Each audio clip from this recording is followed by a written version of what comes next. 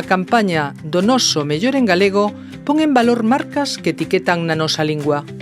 Empresas que demostran que o galego non é só unha forma de falar, senón unha maneira de presentarse no mercado, de contar unha orixe e de transmitir confianza. Consumir produtos etiquetados en galego é apoiar a quen traballa a terra, a quen transforma con coidado, a quen crea emprego e leva Galicia con orgullo polo mundo. Porque cando escollemos o noso, axudamos a manter vivo o rural, a nosa lingua e o futuro da nosa terra. O pepiño de Allariz representa unha marca que fai da identidade un valor. A súa aposta polo galego na etiquetase reforza a orixe dos seus produtos, apoia a economía propia e demostra que a lingua transmite calidade, confianza e país.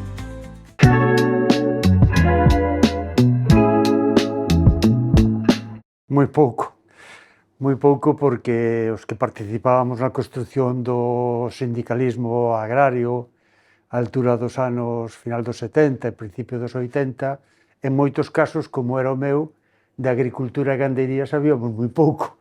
O que sabíamos era de activismo político e de intentar autoorganizar ao mundo labrego para que Galicia tuvera outro instrumento de defensa, non? Pero, bueno, coñecer a vida, coñecer a xente, saber o difícil que é sacar as cousas adiante, pois tamén foi para min un aprendizaxe que utilicei despois en moitas facetas da miña vida, non?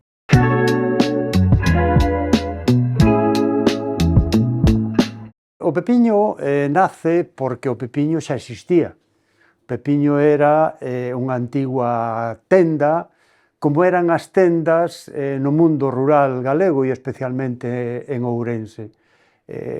O mundo rural dos anos 50 existían estas tendas nas que se vendía prácticamente de todo, eran un punto de reunión e ocasionalmente tamén se daban comidas. Nos quixemos recuperar aquela idea na tenda do pepiño, que levaba pechada moitos anos, e recuperarnos o espacio, rehabilitando para que quedara tal cual estaba nos anos 50, senón tamén recuperar a tradición gastronómica, facer un lugar onde se pudera dar de xantar, pero ca particularidade de ter unha tenda e, polo tanto, os que foran xantar o pepiño non só poderían degustar a comida, senón que tamén poderían levar algúns dos produtos que a tenda podía pôr a súa disposición. Esa foi a idea que se levou adiante e que despois foi medrando, xe o pepiño pois ten 4 locais, 2 restaurantes, un gastrobar, unha tenda de produtos artesanais como esta, ten máis de 25 traballadores e é un proxecto empresarial, penso que moi interesante.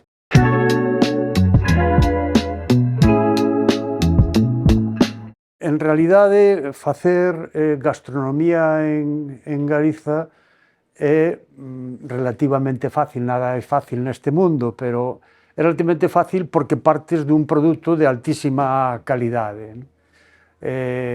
A intención do pepiño era valorizar esos produtos de fabricación artesanal e facelo ademais con marca propia, é dicir, que nós puderamos idear os produtos, crear unha rede de produtores que traballan cooperativamente con nós e esas fórmulas de produto que nós ideábamos que foran os produtores que nesas fixeran ca nosa marca para nós encargarnos despois da comercialización. Hai un dito que penso que é aplicable a esta técnica que é zapateiro aos teus zapatos, non? Nós sabemos idear produtos, pero non sabemos producilos, pero sabémoslos tamén vender. Entón, o importante é que en esta escala cada un cumpla o seu papel o mellor posible e todos cunha mesma dirección.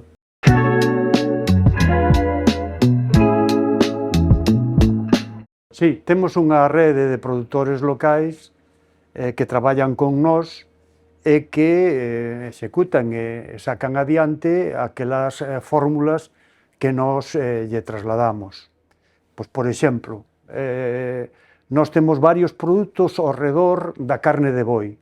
O boi está históricamente ligado a Allariz, hasta ten a súa propia festa, a festa do boi, e a nós parecíanos interesante que en Allariz, ademais de correrse o boi, tamén se pudera comer. E por eso ideamos algúns produtos con carne de boi. Temos, por exemplo, o xamón de boi, que provén da curación artesanal dos cuartos traseiros do boi, en concreto de 3 músculos, que son a tapa, a babilla e a contra. Eso facémolo con un produtor aquí na provincia de Ourense, o que lle explicamos que era o que queríamos facer, o entendeu, o fixo con gran profesionalidade e sacamos á venta un produto que é o xamón de boi. Calquera poderá decir que é moi parecido á cecina leonesa, e efectivamente ten razón. Diferenciase que a nosa é con carne de boi e que ademais introducimos un proceso de afumado con carballo en galego.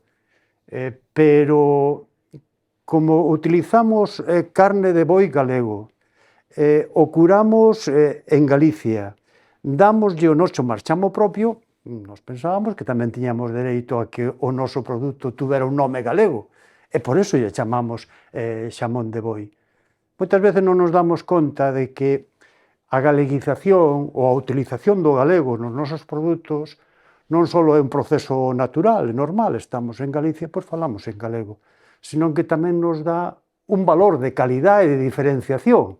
Se nós fixéramos cecina hai moitas. Xamón de boi só hai en Galicia e concretamente no Pepiño.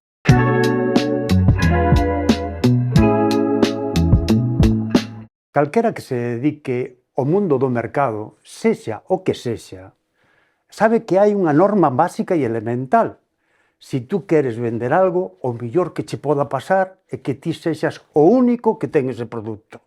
Ou polo menos que o teu produto se este diferenciado ao respecto de todos os produtos que se podan producir no mundo da mesma categoría.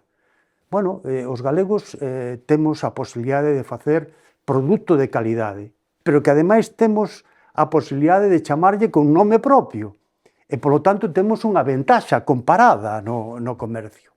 O produto gastronómico galego ten un moi bo mercado en todo o mundo, en todo o Estado español e en Europa. Un produto galego automáticamente se traslada ao imaginario colectivo de que é un produto artesanal, bo. Aproveitemos esa inercia, utilicemos o idioma galego porque vamos a reforzar esa idea positiva que do galego hai no mundo. Non cometamos o erro de vulgarizarnos, compararnos e intentar igualarnos con outros produtos porque saldremos perdendo en esa comparación.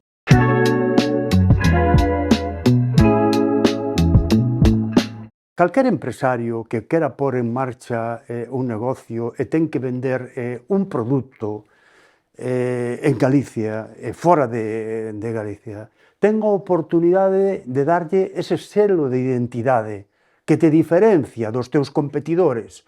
Tú, cando queres vender algo, o mellor que che pode pasar é que o teu produto podas vendelo como diferente dos demais. E a poder ser millor, pero polo menos diferente. Sempre terás unha oportunidade a maiores se o comercializas así. E moitas veces, pois, dentro do mundo empresarial e comercial, existen tópicos, existen medos, que non me van a entender, non saben o que é.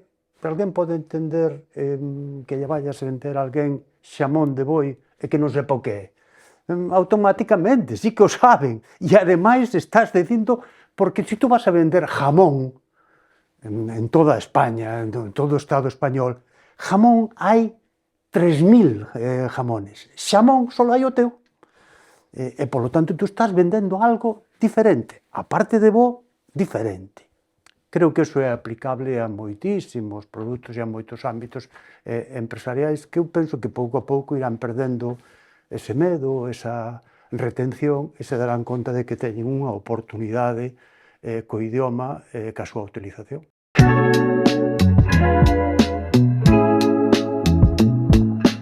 Nós tivemos moi poucas incidencias ca realidade de ter a carta en galego e a vamos a seguir tendo, por suposto. E as poucas que tivemos, se resolven da mellor forma posible. Vamos a ver unha cousa. En hostelería, hoxe, nun restaurante, a inmensa maioría do mercado que hai non é o mercado daquel que vai a comer para saciarse, senón que a maioría do mercado hoxe vai a un restaurante para vivir unha experiencia. Non só basta con que coman ben, senón que o local ten que ser agradable, a atención ten que ser esmerada, e o cliente, cando salga pola porta, ten que dicir que comeu en tal sitio e lle poda cantar a calquera. Non vale con que diga, comín moito churrasco. Bueno, vale, pero eso non aporta nada máis. Claro, a experiencia a consigues ca interrelación co cliente. Se tú pos unha carta en galego, pois seguramente o 90% da xente a entende perfectamente, sabe o que pedir e identifica o produto moito mellor se está en galego. Pero aparte está a figura do camareiro e da camareira, que está precisamente para eso, para explicar aquilo que non se entenda. Se alguén non entende algo, que che está dando é unha oportunidade para que lle expliques en vivo e en directo, para que lle expliques en que significa cada cousa, que contén cada plato, que é a labor fundamental que se ten que facer nun restaurante. Por lo tanto, ter a carta en galego, primeiro, te identifica co que eres, co que realmente queres transmitir, co que queres vender, pero ademais che dá oportunidades de explicalo máis pormenorizadamente se algún non o entende directamente. Non hai ningún problema, son todo ventaxas.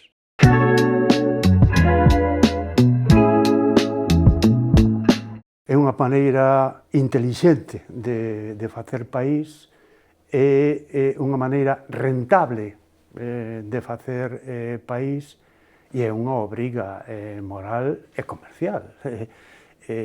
Utilizar o galego é o normal, pero que aparte etiquetar en galego dache a oportunidade de afianzar o sentido tradicional e de calidade do teu produto e non che vai cortar absolutamente ningún mercado. O contrario, favoréceche na posibilidade de presentar un produto diferenciado, único, galego e que polo feito de ser galego ademais vai ser recibido sempre positivamente.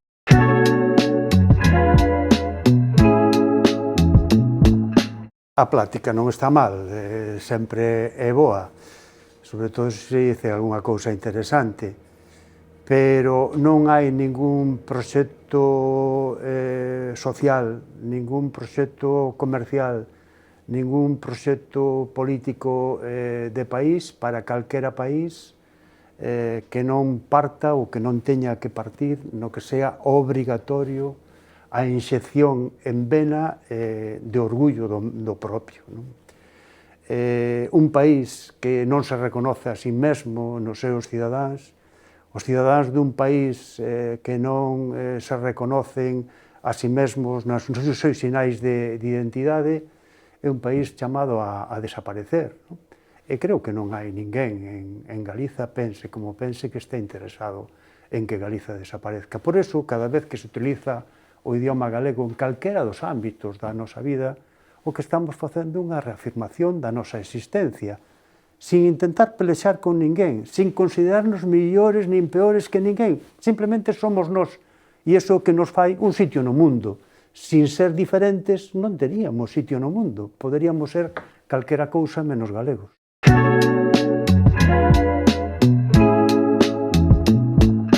Diríalles que é normal que un consumidor busque o que considera millor para él, e a obriga de quen vende é intentar pôr no mercado bons produtos.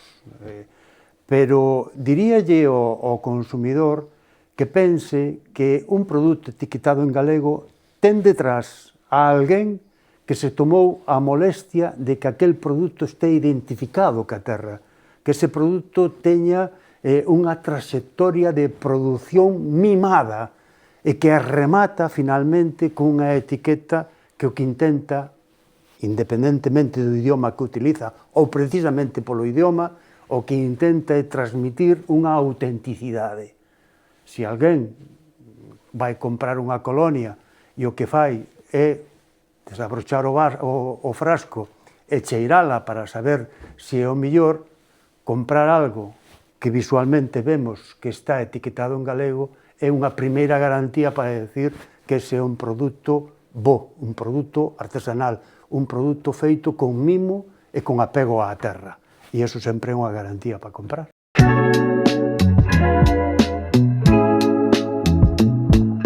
Quizás, penso eu, que o que se debería de facer é partir da conciencia clara de que non tes que apoiar nada, que o que debes é participar como un máis en procesos que sirvan para a recuperación de aspectos do noso entorno etnográfico, do noso entorno patrimonial, do noso entorno arquitectónico e do noso entorno productivo tamén.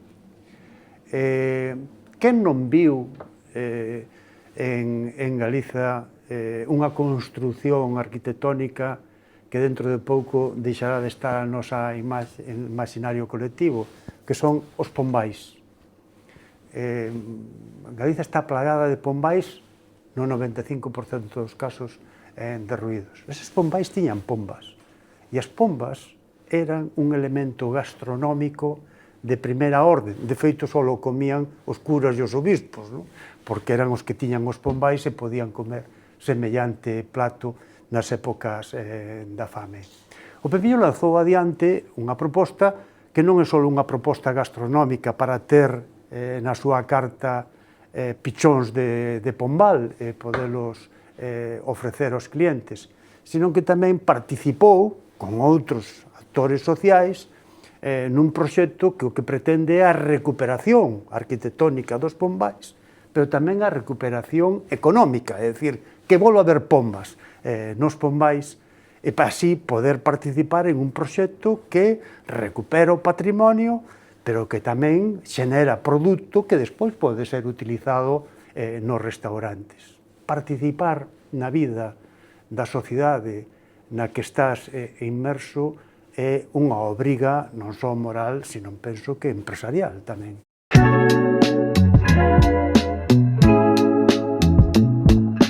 Identidade e compromiso. Orgullo se nos supón e a coherencia terán que valorala os demais.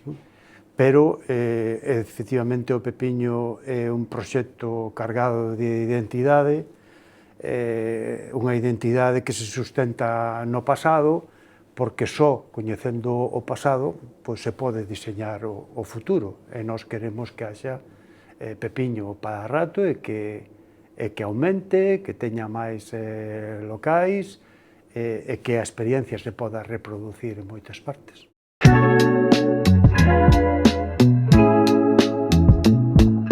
Bueno, o meu bisavó fixo en Allariz a primeira fábrica de sifóns e gaseosas, que despois hubo varias máis. Xa fai máis de 100 anos. E el fixo esta tenda naquel momento para vender as gaseosas e os sifóns, cousa que non chegou a facer nunca, porque debeu-nas vender por outros mecanismos e outras vías, e isto foi despois utilizado como despacho de pan e algún que outro actividade comercial. Nós tivemos a oportunidade de recoller isto tal cual el o deixara despois de 100 anos e colocar aquí a tenda do Pepiño.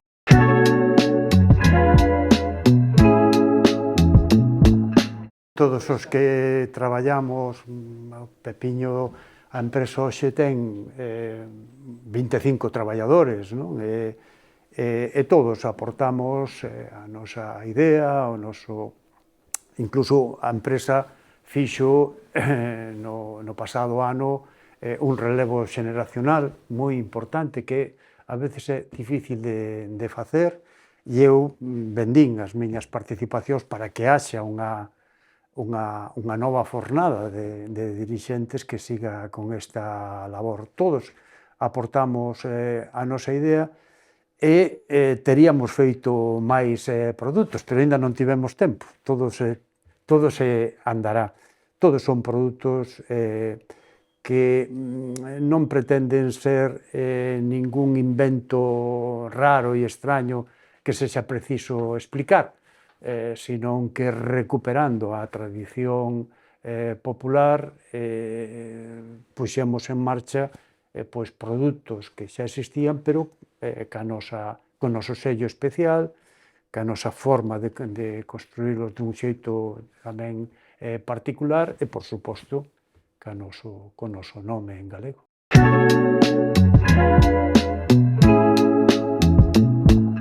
Comercializamos aquí na tenda, nos restaurantes, pero temos tamén unha tenda online e temos distribuidores por toda Galiza aos que vendemos os nosos produtos para que eles os introduzcan no mercado.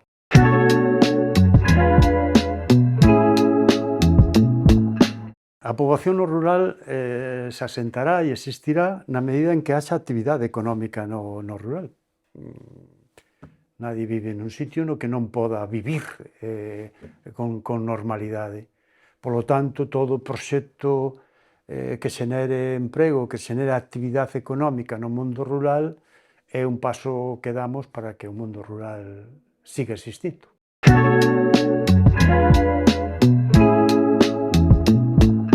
Véxolle todo o futuro, véxolle pasado, presente e, sobre todo, o futuro. Eu creo que cada vez haberá máis xente, primeiro, pois, por unha adhesión lóxica, natural, ao país ao que pertenece e o idioma que lle é propio, non?